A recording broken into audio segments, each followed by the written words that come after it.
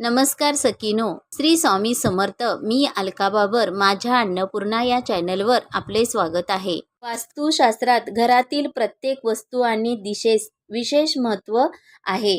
वास्तूमध्ये सकारात्मक आणि नकारात्मक ऊर्जेचा वास असतो. त्याचबरोबर वास्तुशास्त्रामध्ये कोणत्याही वस्तूचे कुठे ठेवायचे हे एक नियम असतात. ते तितकेच महत्त्वाचे असतात. वास्तू आणि धर्मशास्त्रात झाडूला देवी लक्ष्मीचं प्रतीक मानलं गेलं. झाडूने घरातील अस्वच्छता आणि केर काढण्याचं मदत होते. त्याचबरोबर घरातील दारिद्र्यता घालवण्यासाठी झाडू महत्त्वपूर्ण भूमिका बजावतो. वास्तुशास्त्र झाडू संदर्भात काही नियम सांगतात. या नियमाचे पालन केल्यास देवी लक्ष्मी प्रसन्न होते. वास्तुशास्त्रात झाडू ठेवण्याची जागा योग्य असली पाहिजे, कारण ही एक छोटीशी चूक आपणाला अडचणीत आणू शकते. त्यामुळे नियमानुसार झाडू ठेवल्यास नक्कीच आपल्या जीवनात त्याचा फायदा होऊ शकतो. आणि वास्तुशास्त्रात झाडूविषयी काय चुका करू नये हे सांगितले आहे. वास्तुशास्त्रानुसार घरातील झाडू अशा ठिकाणी ठेवावी की सहज कुणाची त्यावर नजर जाता कामा नये. झाडू कायम जमिनीवर आडवा ठेवावा, कारण उभा झाडूमुळे अलक्ष्मीचे आगमन होते आणि आपली आर्थिक परिस्थिती डळमळू लागते. वास्तुशास्त्रात झाडू मारण्यासाठी रात्रीच्या 4 प्रहर योग्य नाहीत. या प्रहरात झाडू मारल्यास घरात दारिद्र्यतेचा वास होतो. तसेच देवी लक्ष्मी नाराज होते. त्यामुळे त्याचा थेट परिणाम आर्थिक परिस्थितीवर होतो. झाडू मारण्यासाठी दिवसाचे 4 प्रहर उत्तम आहेत.